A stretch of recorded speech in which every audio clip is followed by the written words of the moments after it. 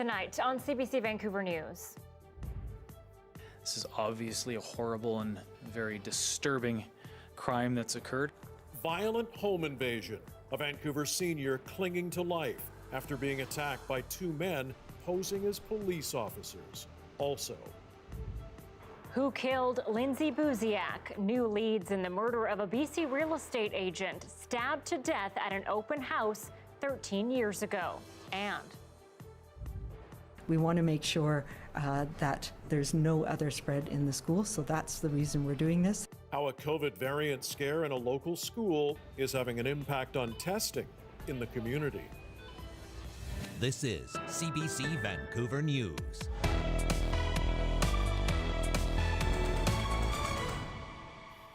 good evening and thanks for joining us. We begin tonight with a horrific attack on an elderly woman in Vancouver. The 78-year-old is clinging to life after being assaulted by two men posing as police officers. Our Isabel Regem is live in that area tonight. So, Isabel, this is really horrifying. What happened? Mike, Anita, it happened inside the home of a 78-year-old woman. She lives somewhere in this area near Queen Elizabeth Park. It's believed two men posing as police officers knocked on her door at about 6 a.m. yesterday. She let them in and subsequently was assaulted. Even more shocking, we're told she laid there for hours before a friend called police for a wellness check. This is obviously a horrible and very disturbing crime that's occurred. It's left a vulnerable senior in very serious condition. We don't know if she's going to survive. You know, we've said it a few times, horrifying is the only word that you can use to describe this. Isabel, what do we know about the suspects? Unfortunately, not a lot. Who would do something like this and why is still very unclear, but we do have a broad description of the suspects. So the first is described as a white man in his 30s or 40s, about 6 feet tall with a long brown beard. The second described as Indigenous or Hispanic, between 30 and 50 years old, also about 6 feet tall with balding hair. Of course, the question is, how are you supposed to know when someone shows up at your door looking like a police officer? How do you know that they really are a police officer? There's no harm in asking them to show you their badge, show you their ID number, ask you their PIN number. If you still have doubts, call the non-emergency line, 604-717-3321. Speak to a dispatcher. That dispatcher will be able to say, yes, there's a police officer who's been sent to your home for whatever reason they're there for. But of course, that is likely much more difficult in the moment when you've got two people who look like police officers at your door, and especially if you don't have quick access to that phone number. But again, Mike, Anita, a vicious attack on a senior woman here in Vancouver who is now clinging for her life. Anyone with information is asked to contact police. All right, Isabel Regem live near Queen Elizabeth Park tonight. Thanks. And some new leads tonight in the unsolved murder of a real estate agent more than a decade ago. Investigators on the island say advancements in technology and DNA analysis are helping. Lindsay Buziak's killer has not yet been found, but police are hoping help from American law enforcement will move the case forward. Dan Burrett joins us live with more on this. Dan, who is involved? Anita, Saanich police say it's been working with the FBI to re-examine Buziak's murder. Tomorrow, it will be 13 years since the 24-year-old realtor was killed while showing a house. She was lured there by an unidentified couple to a home in a Saanich cul-de-sac in February 2nd, 2008. Police say the pair arranged the meeting using a cell phone later found to be registered to a fake name here in Metro Vancouver. Buziak was killed in an upstairs bedroom. Police say her boyfriend found her not long after. No one has been arrested in her death. But last night, Saanich police posted a video online saying technology developed since her death has opened up more leads and forensic evidence. Today, the force says it's actually been working with the FBI since last February, but aren't saying much more, arguing they don't want to compromise the case. The FBI has specialties in previously using DNA genealogy, but we're unable to speak about which areas of the FBI we are utilizing. We are certainly working with multiple units and sections within the FBI. Now, those new advances in forensic DNA technology have led to major breakthroughs in cold cases, especially in the U.S. One technique is called genetic genealogy, where DNA samples are used to find relatives of suspects and then the suspects themselves. Authorities used that recently to find the murderer of a young BC couple who were killed in Washington State in 1987. And Dan, Lindsay Buziak's father also spoke today. What does he think of these latest developments? Very skeptical, Mike. Jeff Buziak offered a $500,000 reward to help find his daughter's killer in 2012. He has been critical of police in the past and argues now Saanich police are now doing this as a PR stunt. I think Saanich police have to do something to try and save face. But the only way they're going to save face is producing arrests and charges. So now we'll wait to see whether Saanich police and the FBI and those technological advancements can ID Lindsay's killer or killers and arrest them 13 years later. Anita, Mike. Dan Burrett live for us tonight. Thanks, Dan. Well, officially, Canada Line workers are now in a legal strike position, but for the moment, Metro Vancouver's transit system is running as usual. The workers' union says it's holding off on job action while negotiations with the Canada Line's operator continue. Talks are continuing this evening, even after the union's strike notice expired this afternoon. Sticking points include wages and sick leave. We'll update you with any changes to this story as we learn more.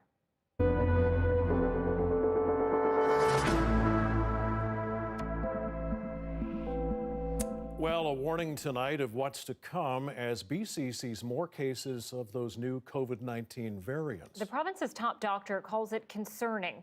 Our Zara Premji is live with us tonight. Zara, how many confirmed cases of the variants do we have now? Well, we now have 18 confirmed cases of the variants first spotted in South Africa and the UK. The province and doctors around the country are working to get a better sense of how the variants have actually spread and what their impact could actually be. Locally, people in Maple Ridge really felt that today. A student at Garibaldi Secondary has tested positive for COVID, and that person's close contact tested positive for a variant. Because we don't know a lot about these variants, but we have concern that they may spread more easily than we are seeing with other strains of this virus. We have now worked with Fraser Health and the laboratory in Fraser Health to do testing on all of the cohort that was with that person in the school. So that's about just under 80 people. Because so many students had to get rapid tests today, Maple Ridge had to shut down its COVID testing center to all other appointments to accommodate, including rapid testing and PCR testing. And as we near February 5th, when BC's public health orders are set to expire, Dr. Henry says the unknowns around the new variant will play a factor in whether those orders are going to be extended. Guess we'll find out about that on Friday. And Zara, questions tonight about enforcement, especially after that big penthouse party in Vancouver on the weekend? Yes, that party, or as you want to call it, a makeshift nightclub in a downtown penthouse, sparked a lot of disappointment from Dr. Henry, who called it offensive. Now, Vancouver police arrested the owner and handed out a total of $17,000 in fines to more than 70 attendees. But many around the province want harsher penalties to deter gatherings. BC's public safety minister wouldn't say if that's going to happen, instead reiterating that people who host large gatherings should be ashamed of themselves. If you're stupid enough to think that the rules don't apply to you, if you're dumb enough to think that you can endanger people's health and that you're going to get away with it and you won't be punished, you're wrong. We've seen individuals lose their jobs. There's the potential for additional criminal charges that may well result in additional jail time, for example. All Farnworth says is the province is working with police to ensure they have the tools necessary to enforce the rules. But whether larger fines could be coming, well, that remains to be seen. Mike, Anita. Zara Premji live for us tonight. Thanks, Zara. And sadly, there are another 21 deaths to report. BC's COVID-19 death toll now stands at 1,210. Over the weekend, roughly 1,100 new cases were found. The average of 386 per day represents a significant drop compared to previous weeks. Active cases are now also down, just sitting at over 4,100. However, there hasn't been much change in hospitalizations. 289 people are still being treated for COVID-19. 79 of them are in ICU or critical care. Nearly 140,000 people have received 1 dose of the vaccine, while nearly 4,500 have gotten 2 doses. And between big games and birthday parties, many Metro Vancouver caterers say they've had to turn down a lot of business. Yes, owners say customers routinely call looking to make orders for gatherings that clearly violate BC's health orders. As John Hernandez reports tonight, catering companies are frustrated people continue to flout the rules. Alana Petty isn't shy to admit her catering business has taken a hit during the pandemic. It's definitely taken like a massive toll, as it has for anyone in the hospitality and event industry. She's the co-owner of Frolic and Forage Catering and Cakery in East Vancouver, specializing in weddings and other big events. With restrictions on large gatherings, she's had to pivot. But right now, just smaller birthday cakes. Definitely, we have like a Valentine's menu that's coming out with kind of like dinner boxes that people can get for like preparing at home. But even during tough times, she's actually had to turn down business. The size of some orders raising red flags. Like if somebody's like asking for like a 2-tier cake to serve 25 people, you're kind of like, okay, like I really like, you know, remind them again, like public health officers. Week after week, she gets requests for large birthday parties, gender reveals, even the Super Bowl. And she's not the only one getting calls. It's a bit infuriating that people are sort of flouting the rules. This caterer in Langley had 3 suspicious orders in the last week. One was about a baptism for about 20 people, and the other was a Super Bowl party for 28 or 30 people. So it's kind of surprising that people are still doing what they're doing and not following the regulations. At the end of the day, if these people are dead set on doing this, they're probably just going to keep asking around until they find somebody who will accommodate that. For those looking to host a big game party this weekend, a plea. The longer that this goes on, obviously it's going to affect more hospitality industry, like so many other people's jobs.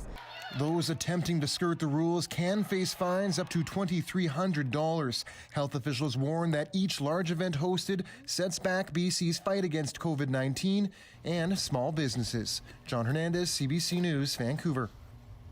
And some welcome news tonight for Canadian businesses hit hard by the pandemic. They can now apply for loans under a new federal program. But some worry the new program could pose more risk to business owners. Catherine Cullen shows us why. How are we doing this week? The answer these days in the hospitality sector is never good. The days are they're brutal. Our company at the started, we had probably approximately full and part-time 360 employees. We're now down to 50 to 60 employees, depending, and it breaks my heart. Occupancy is 1/10 of what it was, he says, and he believes it will be months and months before the tide turns. Now, for those industries suffering the most, a new program.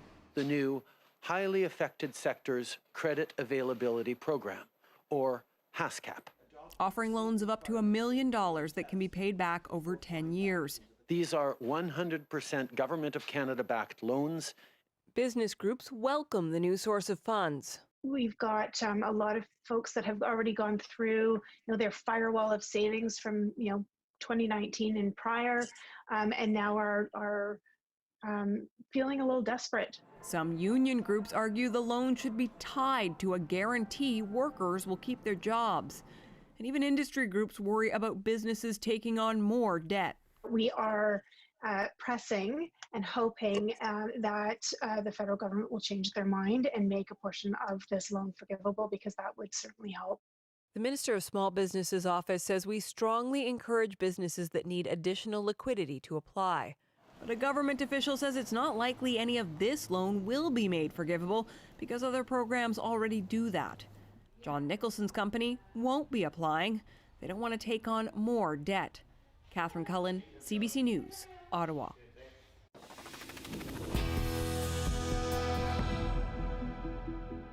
People from across the Lower Mainland rallied in Surrey today in support of beleaguered farmers in India.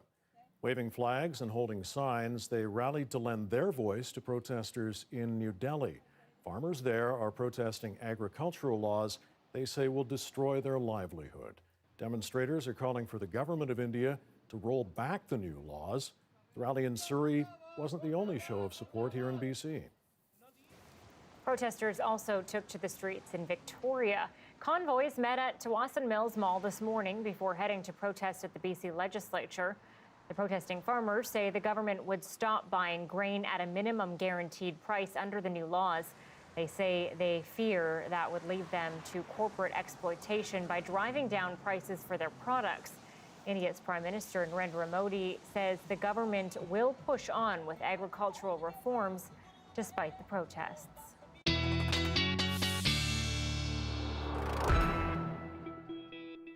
And meteorologist Johanna Wagstaffe joins us now for our first check of the forecast. A couple of weeks ago, I think we used that meteorological term gross to describe the weather. Probably applies today.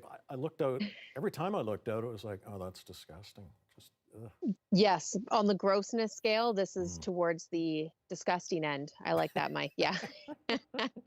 It's all based in science.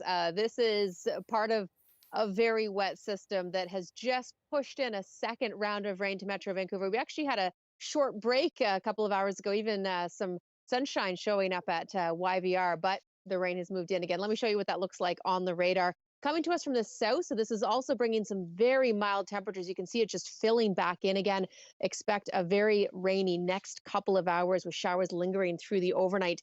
Snow levels for the south coast up around 1,200 meters. So this is quite a southerly system. The next one coming to us is from the north. So we will see a little cool down as that system drops, but not until the middle to end of the week. So that low to the south of us is our story today and tomorrow. I've got lingering showers through your Tuesday. Then you can see that break that Haida Gwaii and central and northern coastal sections are enjoying right now. That will be our story for Wednesday before that low tracked down for Thursday. I love it when our week is laid out in front of us on the satellite. Do have to talk about some snowfall warnings for Whistler and the mountain passes. It's been a very snowy day, and we do have that special public avalanche warning that has been extended. So active storm pattern, and I will detail it all out coming up. All right, thanks very much, Johanna. And a reminder, you can watch our newscast live on CBC Gem. CBC Vancouver is also on Facebook, YouTube, and Instagram. As the pandemic shows small signs of slowing, how do the COVID-19 variants factor in, and what can be done about them? That's after the break.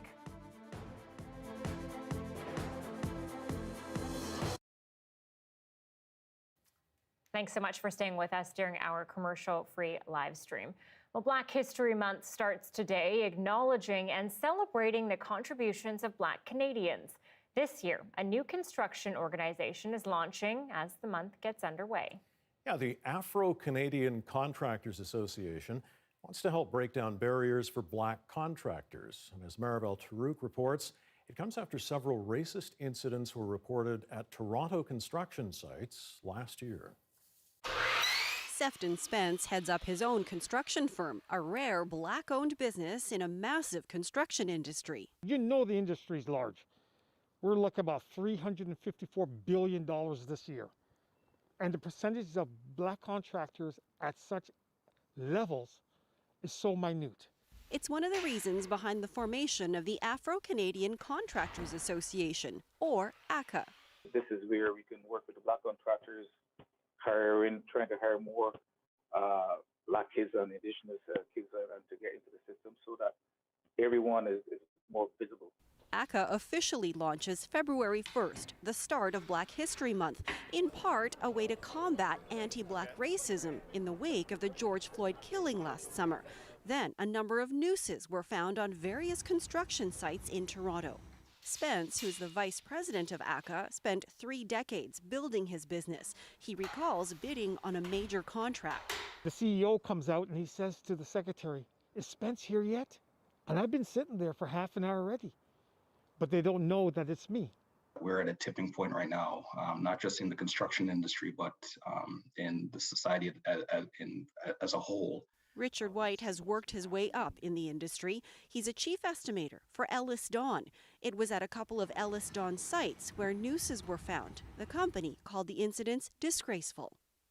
It's not going to be Black people that are going to fix this problem by themselves.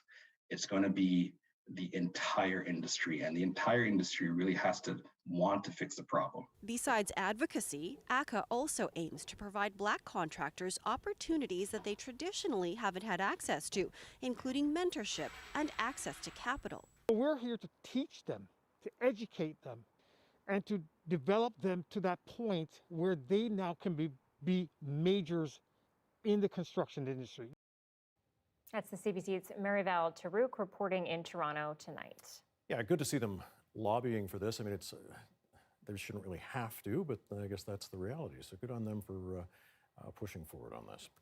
Okay, back in a few moments. We've got more on COVID-19 across the country, as well as an update on the situation in Myanmar. Right now, there's the big W in downtown Vancouver tonight. A live shot.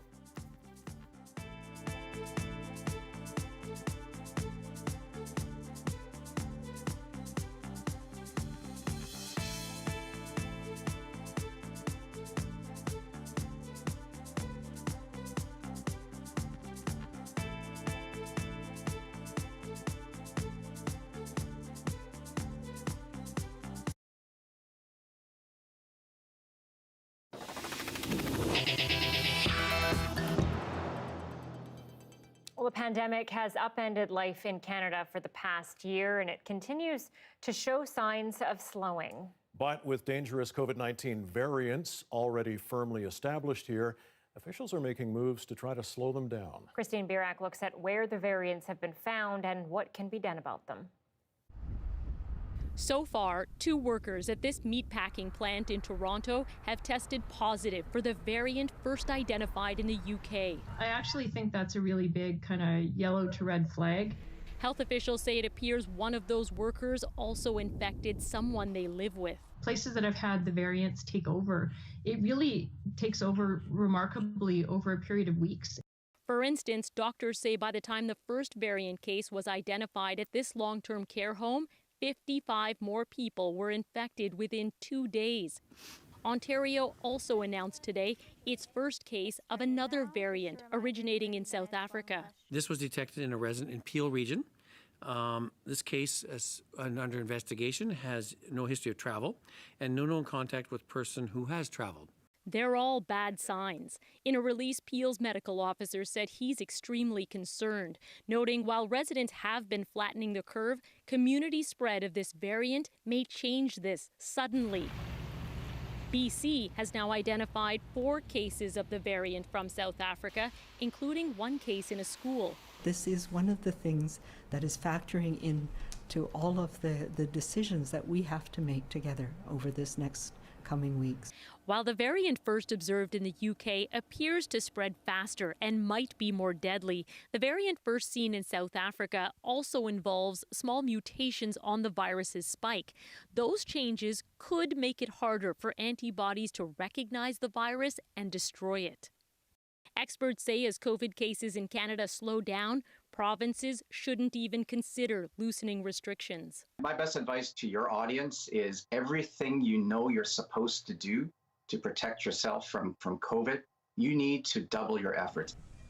If not, experts say these new variants could bring a new surge in infections. Christine Buziak, CBC News, Toronto. More details tonight on the new travel measures Ottawa announced to prevent those variant spreads. As Ellen Morrow tells us, they're questioning their effectiveness even before they kick in. After a long flight from Sweden, Jennifer Eriksson has one final leg of her journey, a now mandatory COVID test at Pearson Airport. I thought it was going to be really bad, but it just tickles a lot. And now you're on your way. Yeah. Whee!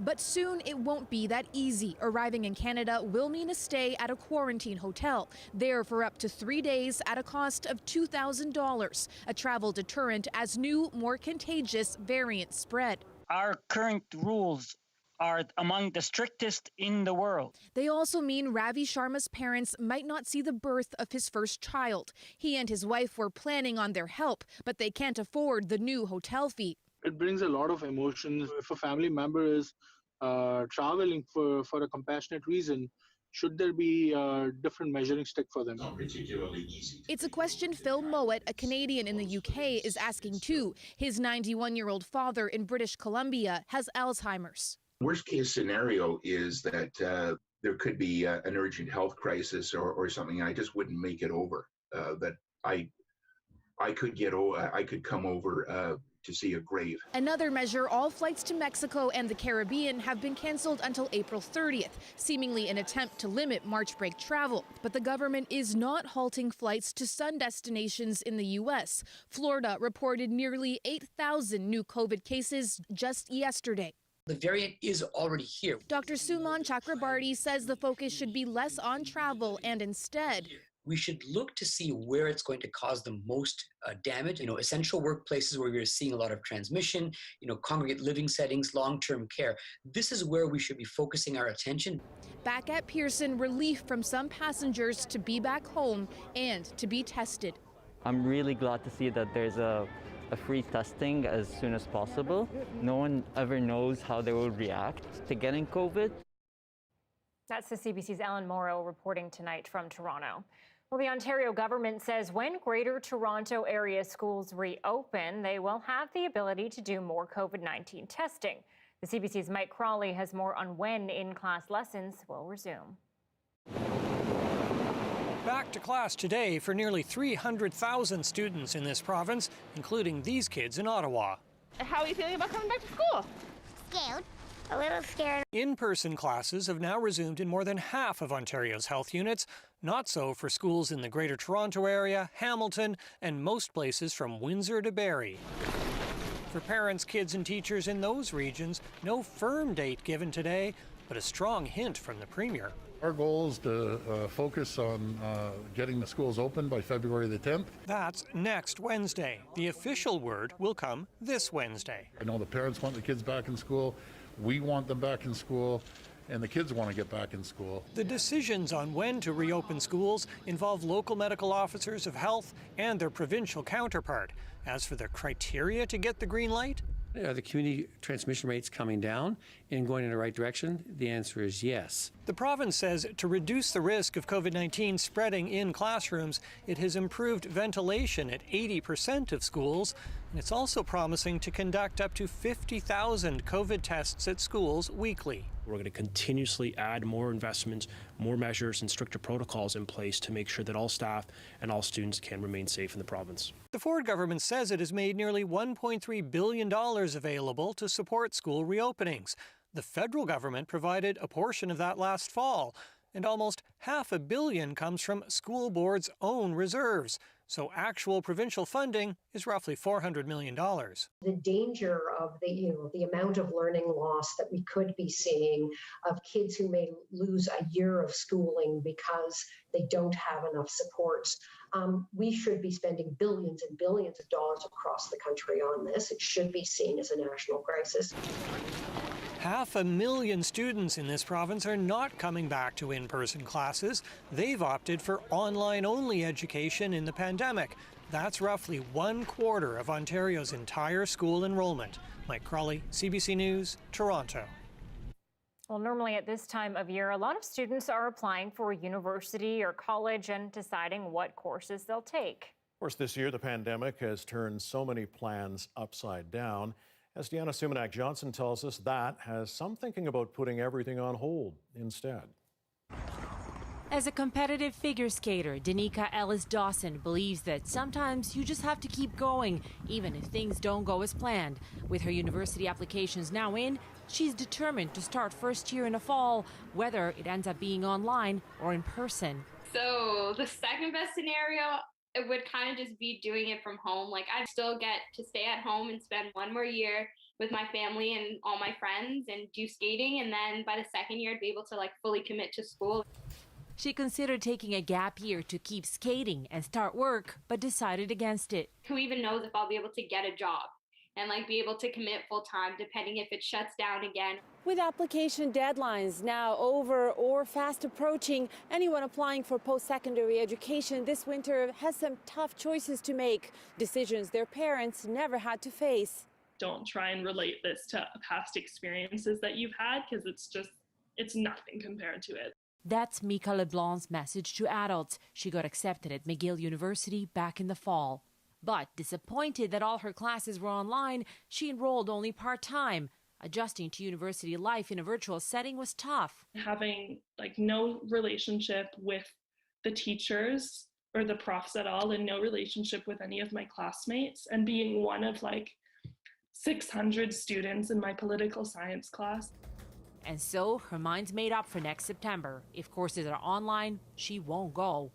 The organization representing Canadian universities said in a statement, "We are all experiencing this pandemic in real time, and it is too early to say what the world will look like at the beginning of the next academic year." But many young people aren't holding their breath to find out.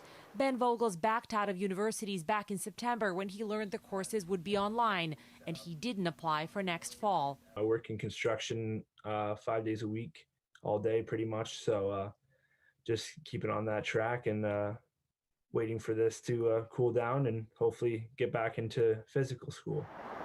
If not, he may pursue a trade, among the many young people trying to decide whether to change path or stick to the course first planned as they take their first steps into adult life in the middle of a pandemic. Deanna Sumanak-Johnson, CBC News, Toronto.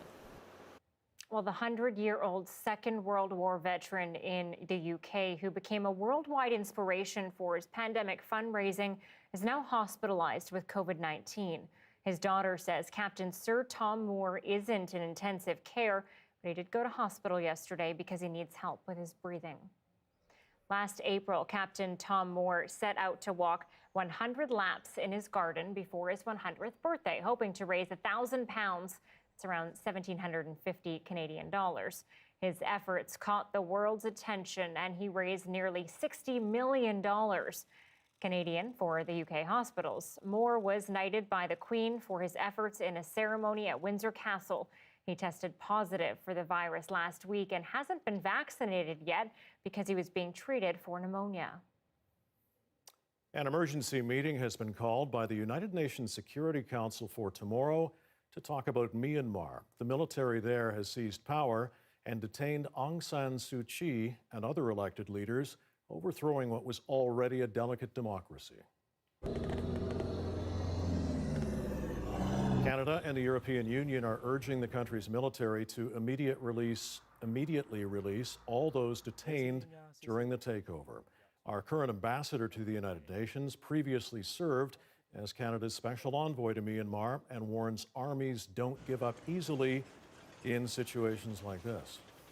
I think it would be a mistake for anybody, and particularly in the Army side of things, to think that you can just snuff this out and things nobody will notice. It's not like that. Hundreds of thousands of Rohingya Muslims fled the country during the 2017 military crackdown. As Renee Filipponi reports, the coup is worsening fears for those still in the country facing persecution. Troops on patrol across Myanmar. A show of force following a military coup in a country where democracy is fragile. The army assaulted people as it carried out the coup, says this man, who describes his country as a bird learning to fly, and now the army has broken its wings. Prominent politicians were detained this morning, including Aung San Suu Kyi, the country's civilian leader since 2015. Her party won a landslide election in November, but army leaders have alleged mass fraud and used it to justify the takeover, announced on television today. This is a manufactured military narrative. The people who have been interviewed and the people we've talked to are basically saying they don't believe it was fraudulent. Despite a celebration on the streets for military supporters, Suu Kyi is very popular. In a letter to her supporters, she urged people to protest the coup. We're also worried about a larger crackdown on civil society, on the democracy activists, the land activists, the other people who the military would see as potential catalysts for a protest movement. The takeover was led by General Min Aung Hlaing, who has been condemned by the international community for alleged genocide against the Rohingya, the country's mostly Muslim minority. In recent years, hundreds of thousands fled to neighboring Bangladesh in the wake of a deadly army crackdown. Aung San Suu Kyi has been criticized for failing to condemn the army and its actions. But with the military back in full control, There are concerns things will only get worse for the Rohingya who remain in Myanmar. In Yangon today, people line up at banks and stock up on food, unsure of what lies ahead. With the powerful military in control and a year-long state of emergency declared. Renee Filipponi, CBC News, London. BC cancer patients traveling to the U.S. for treatment want to be exempted from quarantine rules. Just ahead, why they say heading south is essential to their well-being.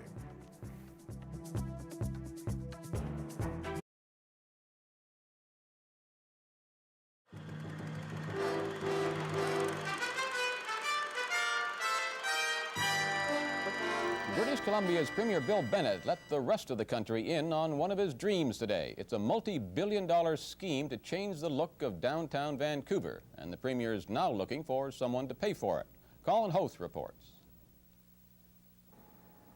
Bennett's dream involves this 2-kilometer stretch of downtown Vancouver waterfront. He's negotiating to buy it from the CPR. He wants it redeveloped as a national showplace. At one end would be the $100 million amphitheater that's soon to be built as the new home for professional sport on the West Coast. Buildings needed for an international transportation exhibition that Vancouver wants to host in 1986 will occupy much of the rest of the site. Bennett envisions here an experimental rapid transit system and a permanent display of Canadian enterprise that he's dubbed the Avenue of the Provinces. Bennett unveiled his vision today minus a price tag, but made it clear that he wants and expects federal help. But I would expect that British Columbia and Vancouver would receive exactly the same treatment as Montreal did in their exciting international exposition in 1967. The mid-campaign timing of Bennett's scheme is tantamount to an invitation for passing federal politicians to drop their contributions in the BC hat. Leading Liberals moved in quickly today with promises of support. New Democrats seemed to want more details before committing themselves. Tories were publicly expressing doubts as to whether Bill Bennett's vision really qualified as a national dream. Colin Hoth, CBC News, Vancouver. Half of City Council wants work to continue on a partial replacement of the Canby span. That would cost $9.5 million in city funds. But the other members want to submit the idea of a completely new span to the taxpayers through a plebiscite. That full bridge plan, if approved, would cost the civic purse nearly $50 million. Whatever course is finally taken, the project will have to be finished in time for Expo 86. We're completely out of time now. And in fact, we're almost out of time to build a full bridge option, even with extreme measures in time for Expo. While the city engineer favors the full bridge proposal, Finance Director Peter Leckie says the cost may be too high. I am not saying the city cannot borrow this money. I am not saying that it would be impossible, cause impossible taxation or anything like that, because it obviously wouldn't. I'm saying, in my judgment, it's not right, and that's what I said in the report. We should let the people decide. If the people of this city, knowing all the facts, want to pay an extra $25 a year for 10 years to build a brand new bridge, then we should let them have that choice, whether you personally agree with that or not.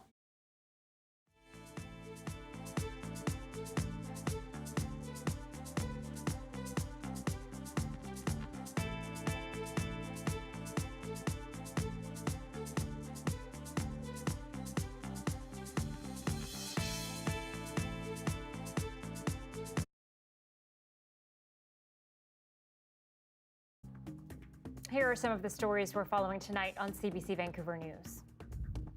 It's left a vulnerable senior in very serious condition. We don't know if she's going to survive.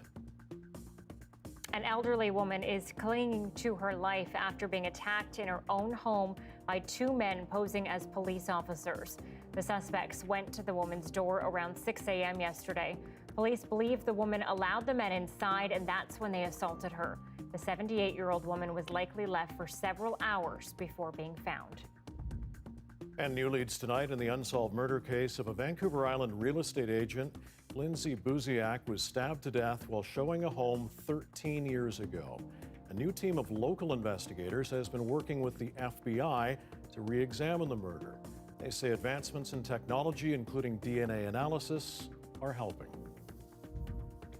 And health officials are working to figure out if students and staff at a high school in Maple Ridge were exposed to a more transmissible variant of the coronavirus. Someone at Garibaldi Secondary tested positive for the virus and is a close contact of another case who tested positive for a variant. A COVID test collection center in Maple Ridge was closed to all appointments today, except those related to the high school. Some British Columbians battling cancer are fighting for a federal exemption from Canada's new travel measures. The patients fear the new hotel quarantine requirements will jeopardize access to critical medical care. Tanya Fletcher has their stories and their pleas for help. It's literally threatening my life. Kimberly Muse isn't talking about the stage 4 cervical cancer she's battling. She's talking about the roadblocks in the way of the one thing she says is saving her life. It feels like month after month, the access to that treatment is getting threatened by these restrictions for non-essential travel. Muse travels to California every month to take part in a clinical trial. She sent us this video en route. Made it to Seattle. Yay. There's the Space Needle. Driving from Vancouver to Seattle, she then catches a flight to Los Angeles. 24 hours later, after her appointment, she returns home to a 14-day mandatory quarantine. It was already taking a toll on her family when suddenly last week, more rules were announced. And then with the most recent COVID testing, we started looking at the logistics around the COVID tests and what the implications would be and how that could potentially make me miss my flights. Ottawa previously denied her an exemption as an essential traveler. Now she fears the new requirement to quarantine at a hotel for 3 nights at her own expense will make the burden too much to bear. And she's not alone. We're getting caught in the middle of a logistical nightmare. Anna Nayarati is in a similar position, traveling to the U.S. every 3 weeks for colon cancer treatments. I've got my UV sanitizer. She took this video while finishing her most recent quarantine at home. As soon as the 2 weeks are up, she heads straight back to the States. We need to travel. Ours is for an essential service. And there are other Canadians that are in my position where at one point or another, the deadlines don't meet and they'll have to miss their medical treatments. So far, the federal government says there will only be very limited exceptions to the hotel quarantine requirements. Health Canada says more details on the new measures will be provided in the coming days. Tanya Fletcher, CBC News, Vancouver. Much of the U.S. eastern seaboard is being buried in snow tonight. Everything from schools to public transit is at a standstill. After the break, we're tracking the storm expected to hit Canada tomorrow. Looking north, up Lonsdale Avenue in North Vancouver tonight. That's a live shot at 6:42. Well, fair to say that was a messy Monday on the South Coast. More to come, or are we going to get a break? Johanna's forecast is next.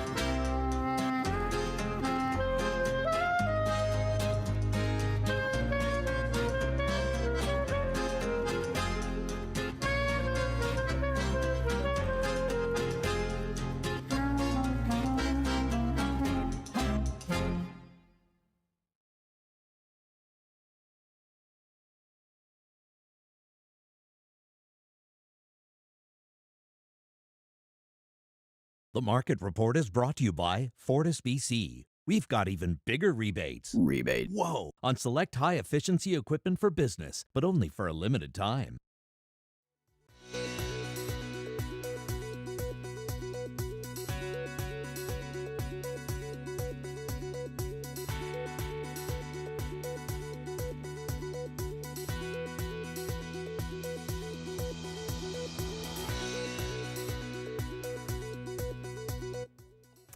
Well, people are using e-transfers during the pandemic more than ever before. And tonight, an Edmonton woman is speaking out after an e-transfer she was expecting was redirected by a fraudster. As Erica Johnson tells us, she's one of dozens of people who have contacted our Go Public team with similar stories. She got burned, so now Alicia Locke is speaking out. The founder of a small snack food company, she was struggling to make sales last fall. The pandemic had shut down local markets and pop-ups that carried her crunchy snacks, so she sold some product to an online retailer who e-transferred her just over $300. When Locke tried to deposit it, no luck. So I was like, did I deposit it previously and just not remember? But I went through my transaction history and there was no deposit. So I was like, that's really strange. Maybe it's just a glitch. But when Locke spoke to a customer service rep at this credit union, she was told someone had intercepted the payment. Locke says she was also told the credit union had no responsibility to pay her back because e-transfer uses email outside the banking system. It's not really listed as like a riskier product to use. It's something that they offer to clients. They say it's fast, easy, and secure. It's also hugely popular. E-transfer use has skyrocketed since the start of the pandemic to an all-time monthly high of 77 million transactions by year's end, leading to calls for banks and credit unions to put clear warnings online. There can be more information around things that people can do to protect themselves generally when they go on those pages. Last year, fraudsters made off with nearly $3 million in reported losses, up almost $400,000 from the year before. And investigators consider that the tip of the iceberg. Richard Garner lost almost $600 to e-transfer fraud in November. Actually put a warning on the site where they do the transfer. How about that? Try that. And maybe you'll be saving a whole bunch of Canadians tons of grief and lost wages. The Canadian Bankers Association says banks do offer resources to raise awareness of frauds, and the customers should also use safe email, security, and password practices. In the end, Alicia Locke got some sweet news. After Go Public contacted the credit union, it reimbursed her the stolen money. Erica Johnson, CBC News, Vancouver.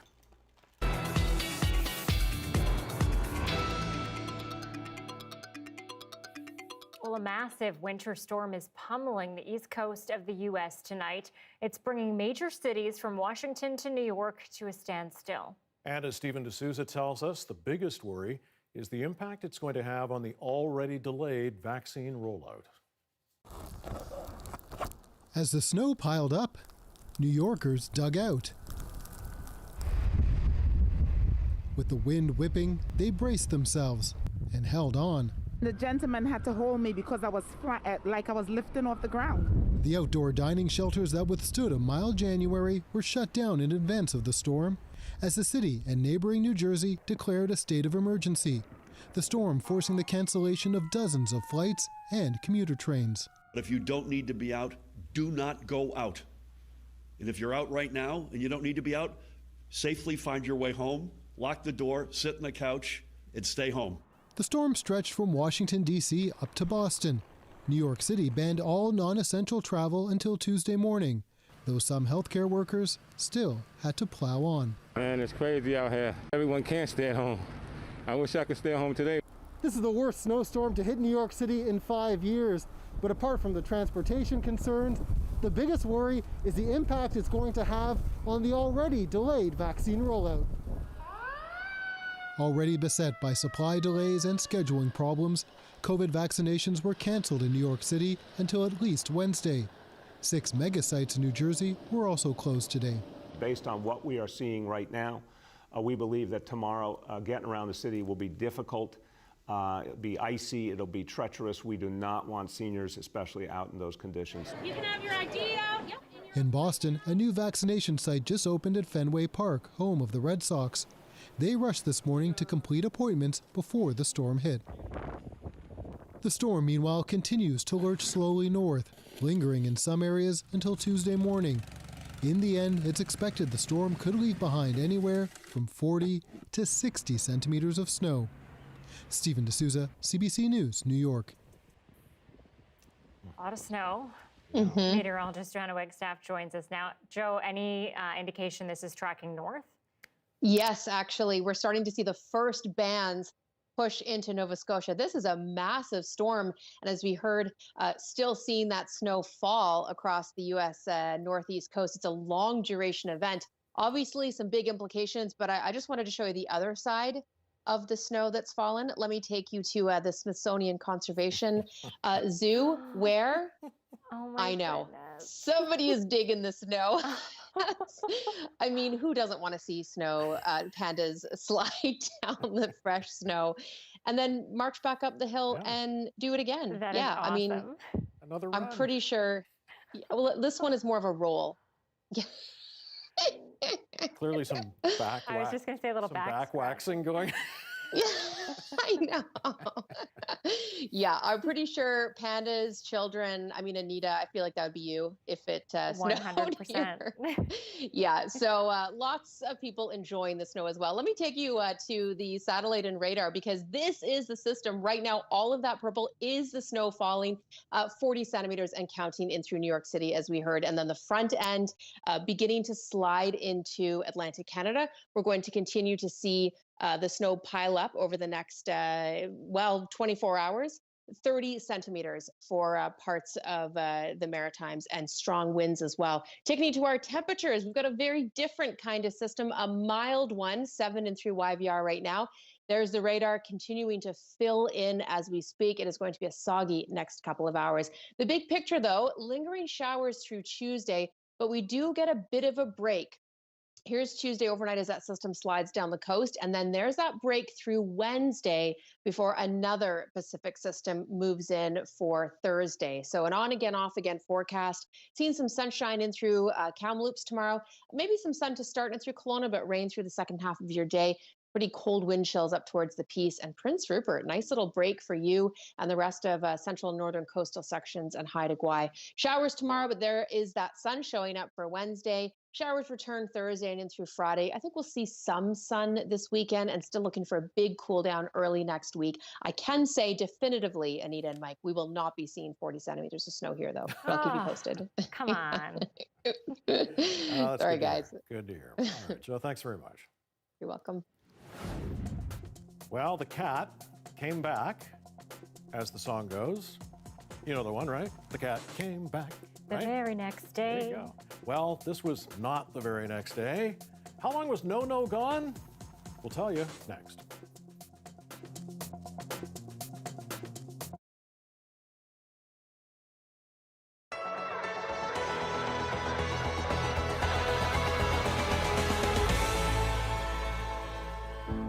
I got posted here in 1986 in charge of the refrigeration shop here in PEI. There was a Nova Scotia salesman who came to the shop to sell different paraphernalia that we needed to do the refrigeration work in that. So I was in there with my coveralls on, and he came into the shop. He said, "I want to talk to the boss of the shop." I said, "I'm the boss of the shop."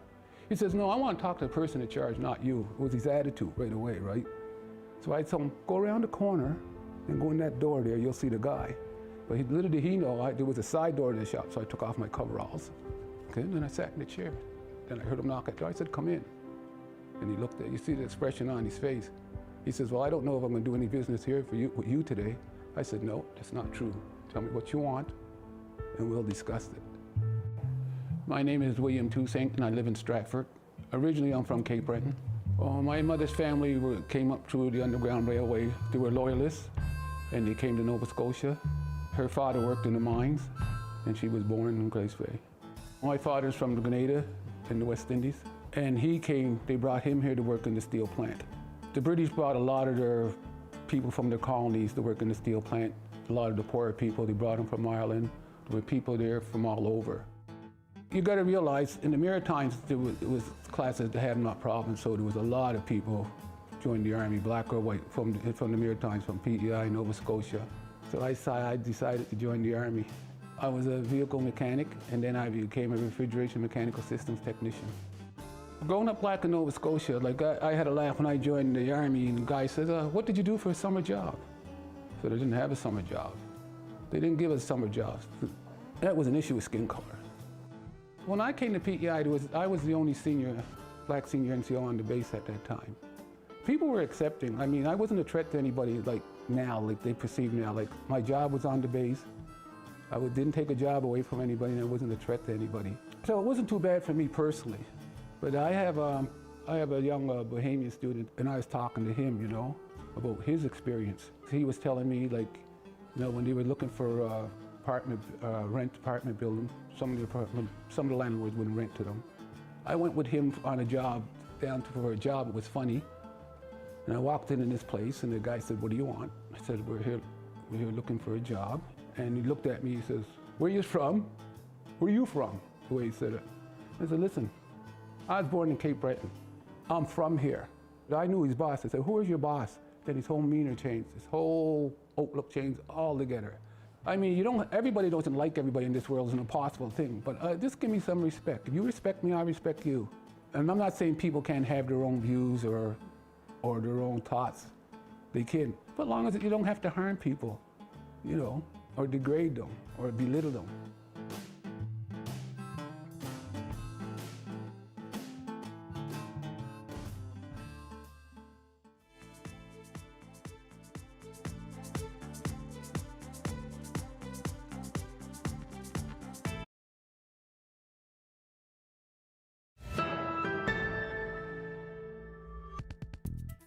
Time now for a story about a schoolboy from Britain who has become a social media sensation thanks to his golfing talents.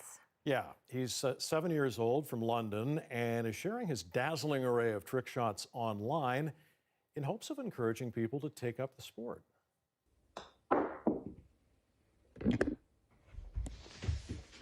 Stay at home, play at home.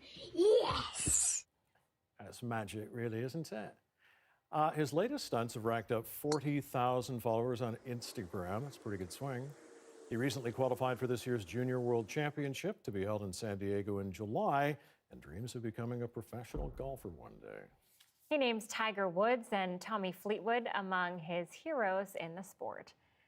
Apparently golfing is way up, at least around here. Well, you're outside and whatever. I mean, he's got some good trick shots there, but he's got a nice swing as well. So there you go. Better than yours? Yeah. That's not Anybody's hard better than mine these days. All right, an Nanaimo family is welcoming home their long-lost cat, No-No, who had been missing for 3 years. No-No had been the Breather family's pet for 12 years until he disappeared in August of 2017. The family searched all over town, even calling vets for any sign of hide or hair of the vanished kitty. Eventually, they lost hope and even bought a new cat this year. But then, this past week, they got the call they weren't expecting. Phoned to say they had him. It was quite the shock. Yeah. I burnt what was in the oven because I was totally out to lunch when she called. Yeah, No-No had shown up at the Living Forest campground more than 12 kilometers away. A camper alerted staff about the friendly feline, and they took him to the SPCA. The SPCA says the story highlights the importance of tattooing or microchipping your pet. The Breath Hours say the return has been a ray of hope during COVID-19. As for No-No, as you might gather, he is now permanently an indoor cat. Getting along with the new cat, I hope. I guess. Does he even care? It's like Garfield. Doesn't look like it. Yeah, whatever. Dan Burrett's here at 11 right after the National. Thanks for watching. Have a good night.